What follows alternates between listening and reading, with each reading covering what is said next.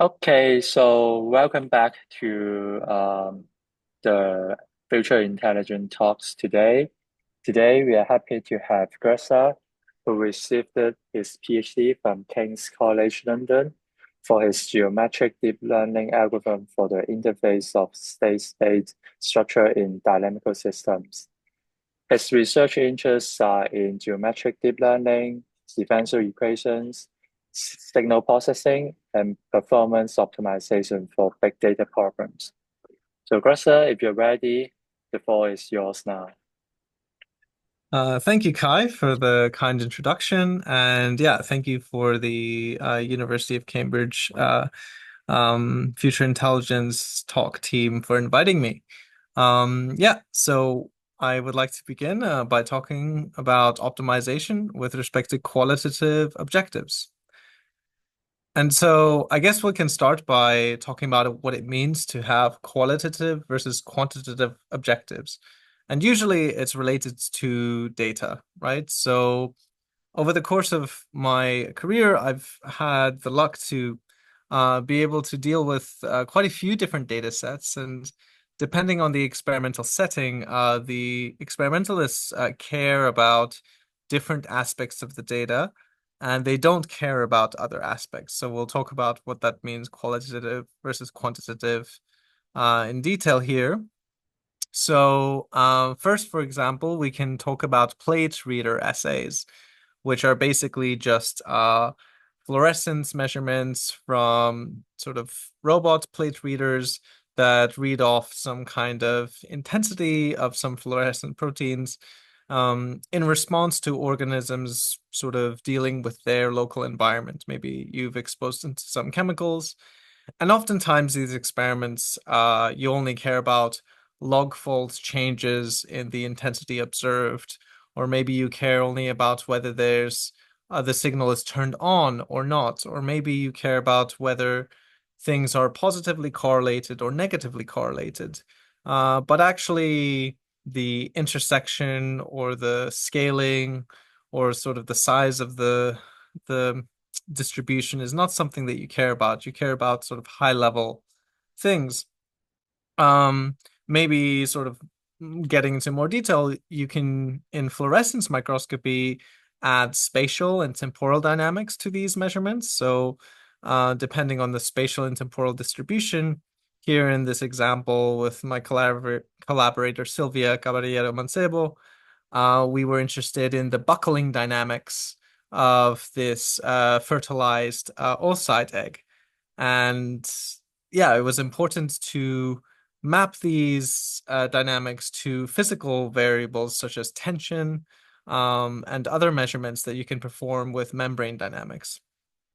Going into more detail, you can actually uh, care a lot about your measurements. So, for example, with qubit measurements, it's like absolutely important to have ultimate precision of what you're measuring. And in this case, you really want your model to uniquely specify uh, sort of your observables because there's only one physical reality. So what you're measuring is actually exactly the mechanism that you're trying to interrogate. And then, another nice example that I like is from electron microscopy. There's a bit of a, difference between how you approach it. So, oftentimes, so in this example, we have an actin network, and an actin network is a component of the cytoskeleton. And if you zoom out of it and look at it with the naked eye, sort of it's kind of just a active gel that swishes around, and it's basically the bulk of the cell that gives rise to locomotion.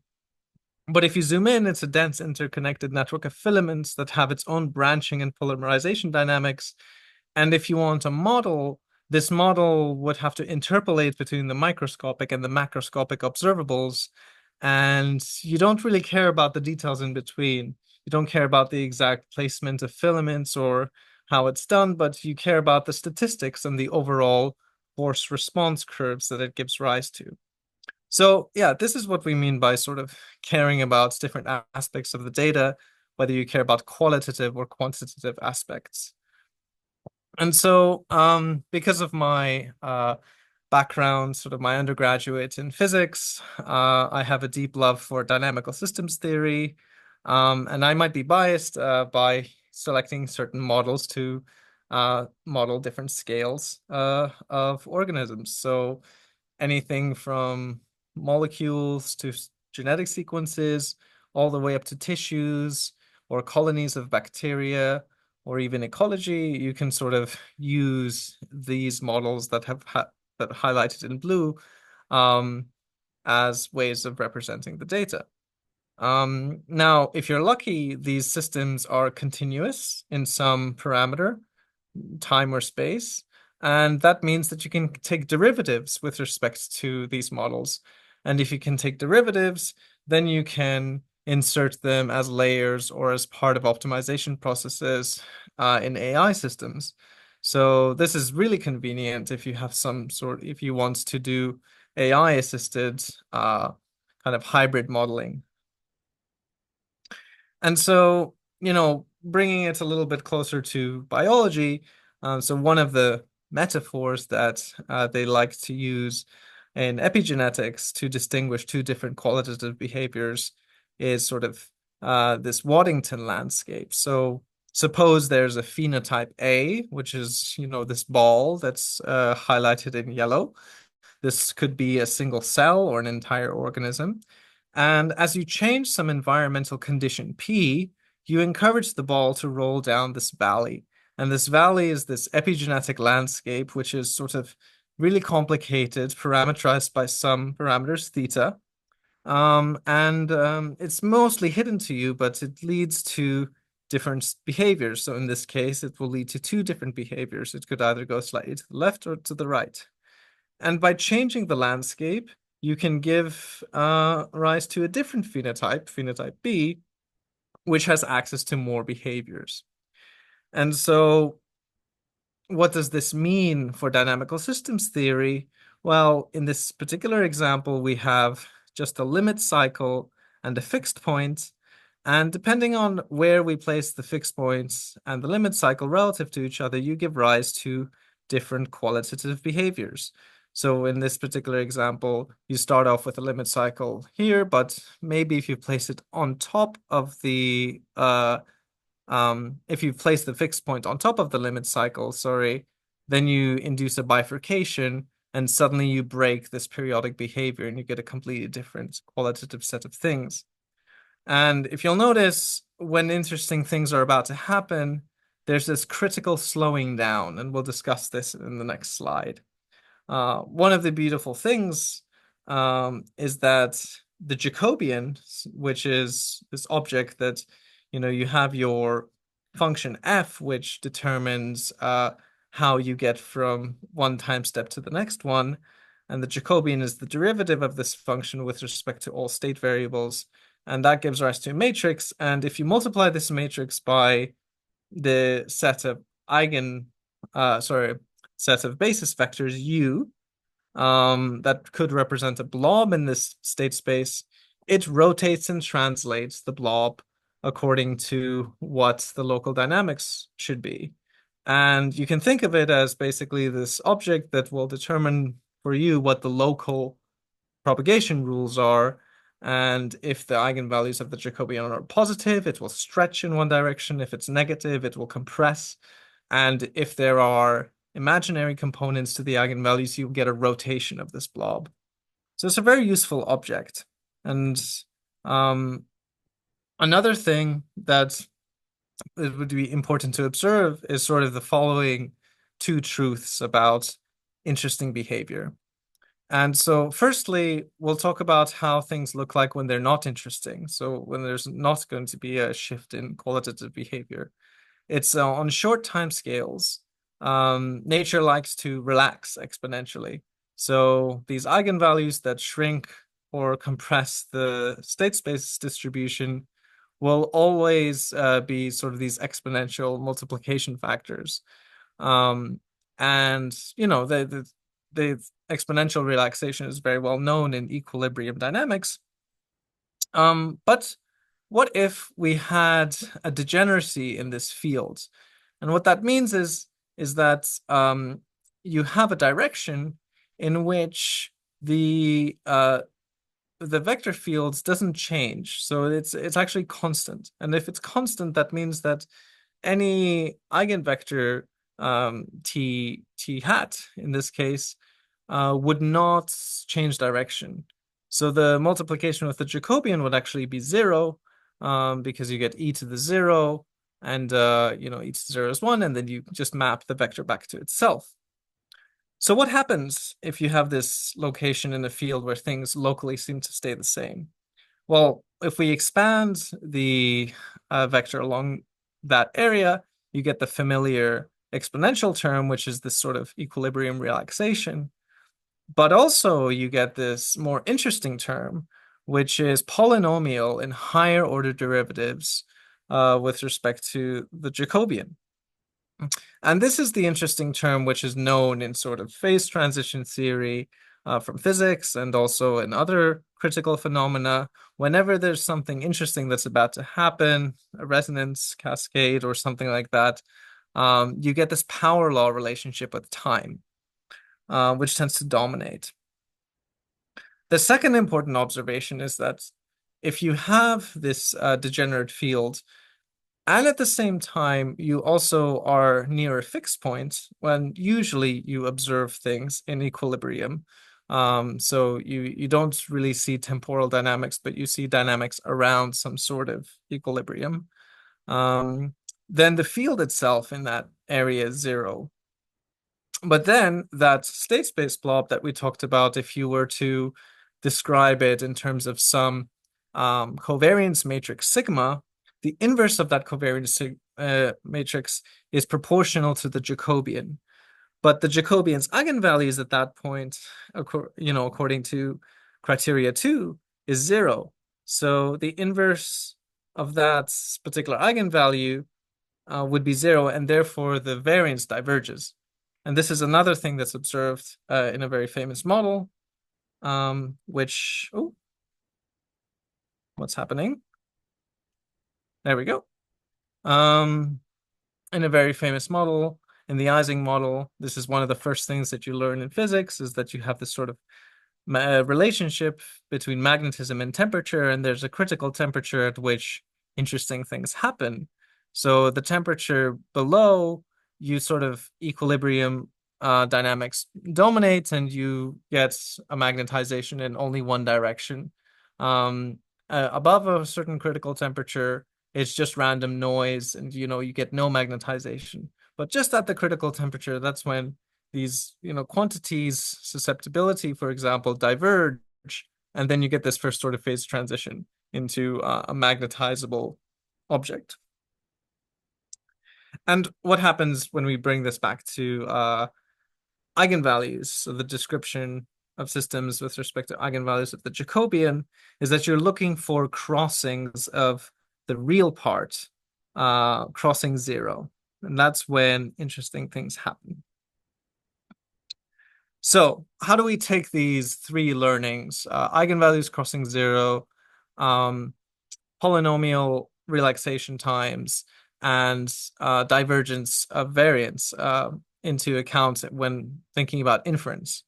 So if you take time trajectory data, you could naively, for example, just look at the equilibrium distribution, for large times and plot those with respect to your conditions, and see what happens. You could also infer the fields first and then get some unstable fixed points in between just to plot those as well and infer those.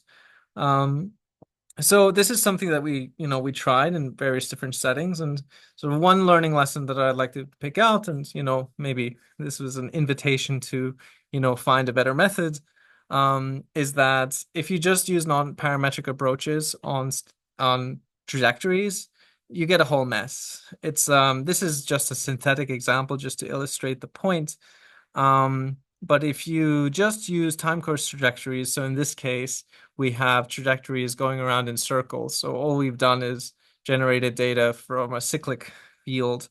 You find that outside of the data distribution, the field goes crazy and it doesn't make sense. You just have fixed points and limit cycles everywhere. And it's really hard to design suitable priors on these non-parametric distributions to make sure that the field is reasonable. And the problem gets worse when you add noise. So you get all these artifacts, fixed points that should be limit cycles, and so on. So that's not particularly a precise description. So what did we do in the end? So in this particular publication, we were focused on colonies of synthetic bacteria, and we were interested in how they behave when exposed to two different chemical compounds. We call them C6 and C12. And these two compounds encourage the production of cyan fluorescent protein or yellow fluorescent protein. And if you see here in this time courses, you know, at some point we prime the cells with one chemical. We, you know, at some point where the red dotted line occurs, switch to a different chemical or introduce both chemicals. And we see how the bacterial colony evolves. What decisions do they make? Do they switch? Do they stay fluorescing in the same color that they used to? And this is a classic bistability question. So you can take these bacterial trajectories, you can plot them out as a function of time. You can look at what the eventual steady states they adopt are. You can then sweep all concentrations of the chemicals that you introduced, you know, condition P, condition P dash.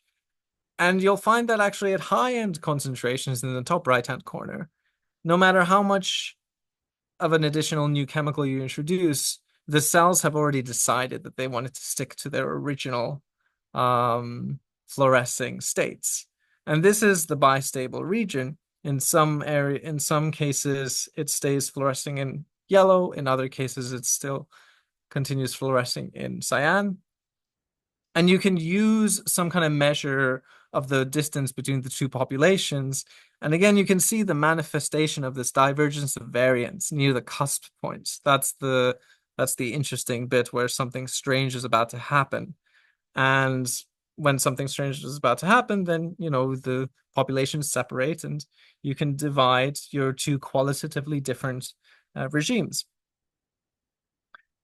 We wanted to take that further and wanted to go, okay, well, you can infer or design systems using these population separation metrics.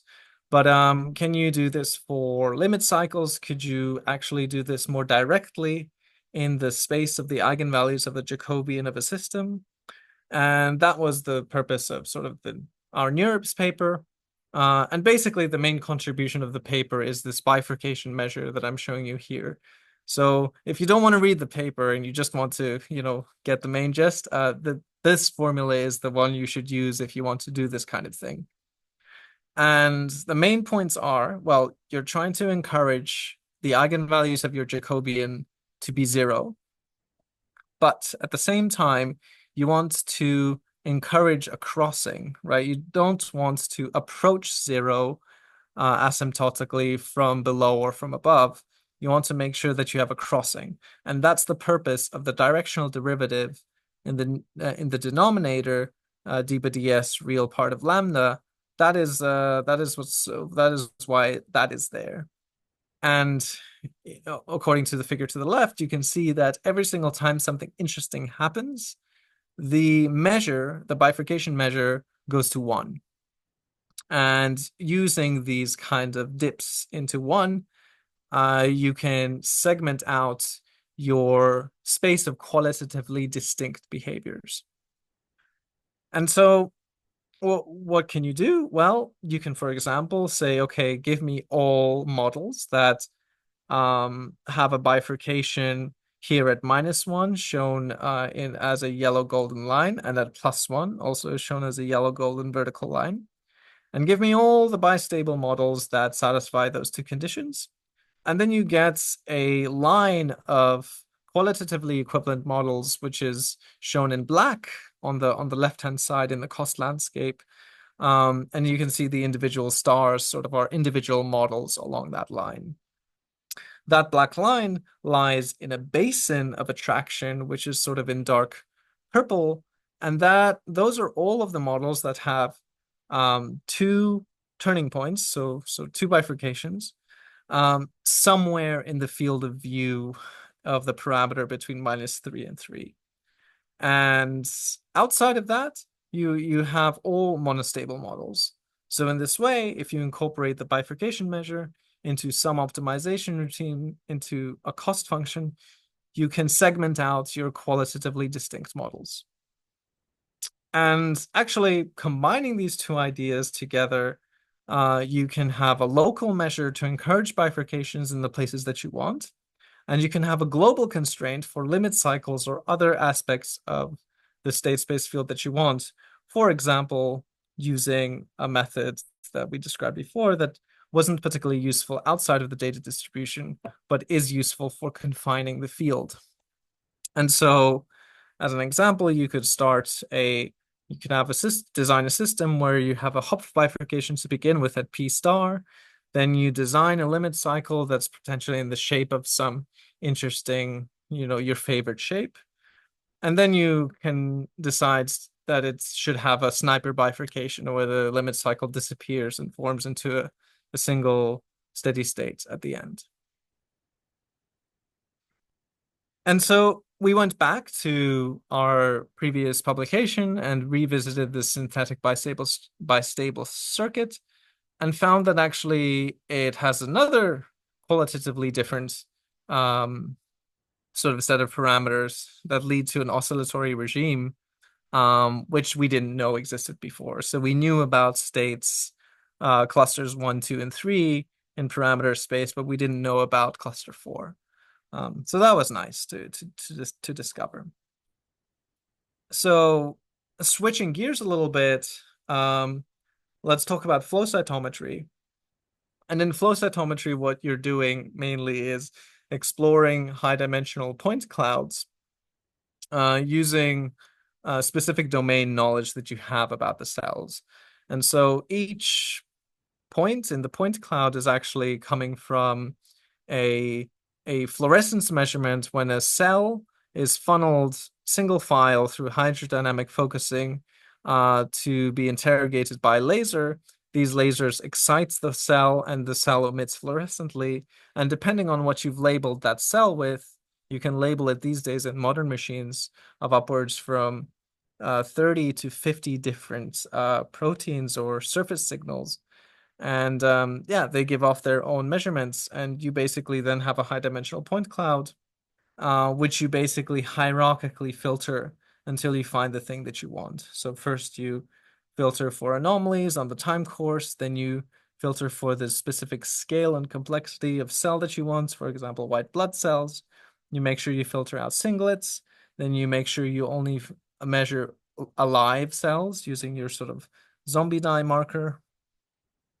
And then you can keep going. You can just have this hierarchical gating strategy that filters more and more specific cells until you end up with, this is this interesting population that I've been looking for.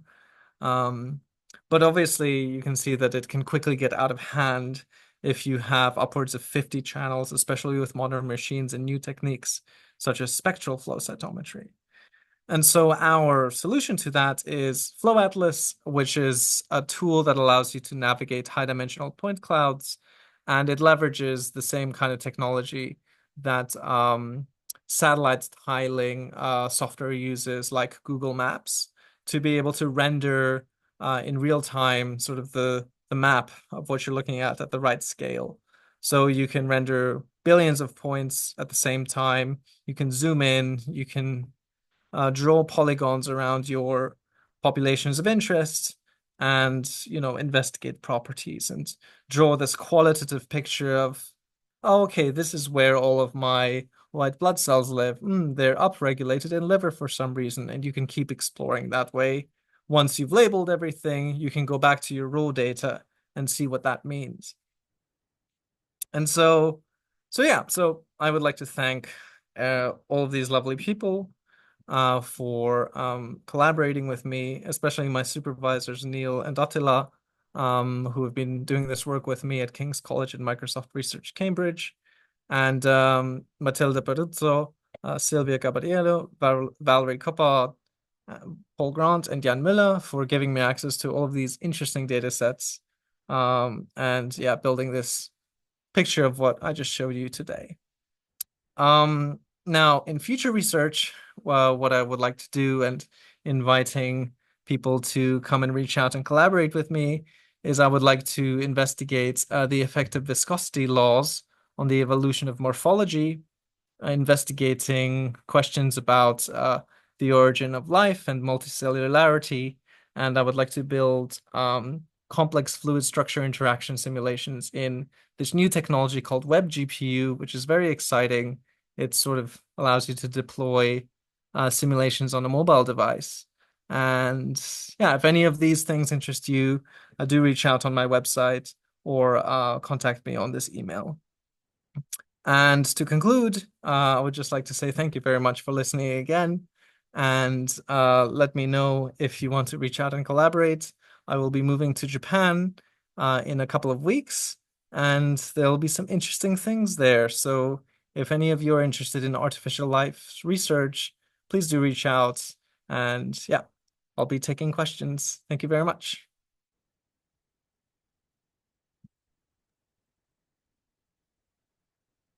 So thank you very much for the interesting talk. So may I ask if there's any question from the floor?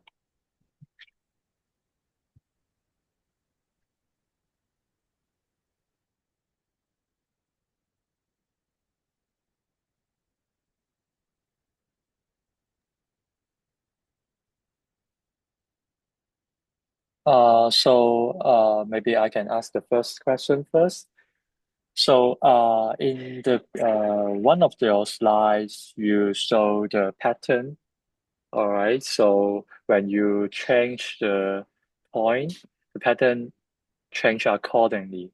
So and then you derive, yeah, I think the maybe the back of the few more slides, and you derive the relationship based on that. So I'm quite interested in that.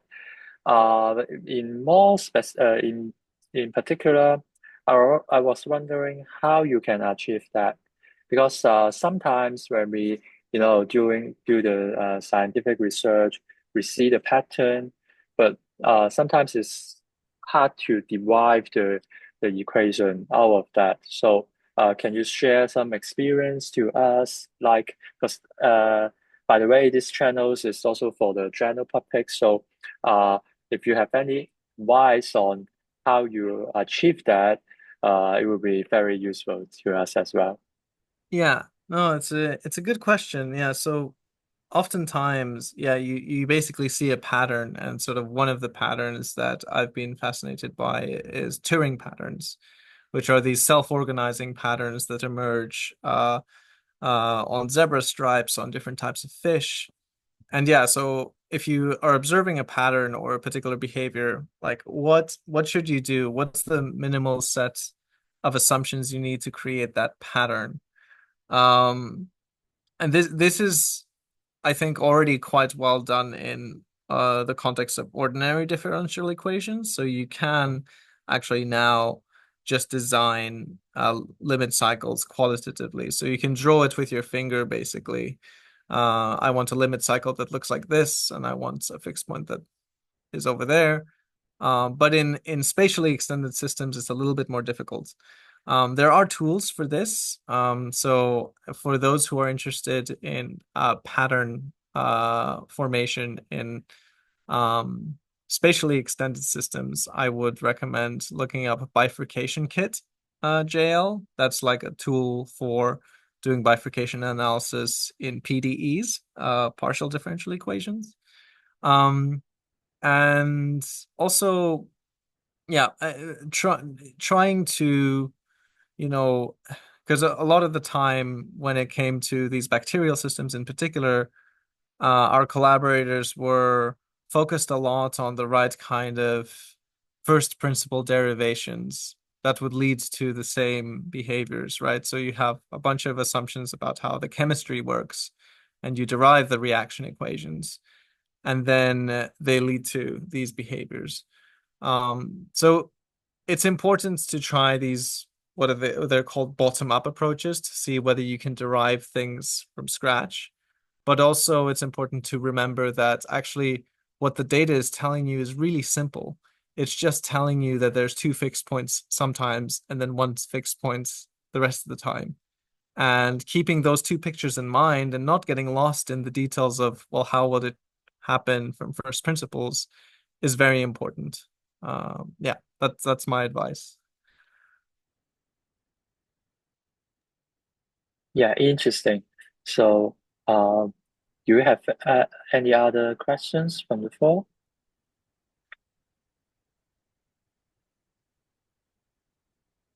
Okay, I guess we're also running out of time, so perhaps let's end this talk now. And if you have any follow-up question, I guess we can reach out to Grisha through email, LinkedIn, or his website as well. Um, so thank you very much for giving the interesting talk. And just to have a quick advertisement. We will have our next future intelligence talk in 2 weeks' time. So feel free to join as well. So thank you very much. See you. Bye Thank bye. you. Bye bye.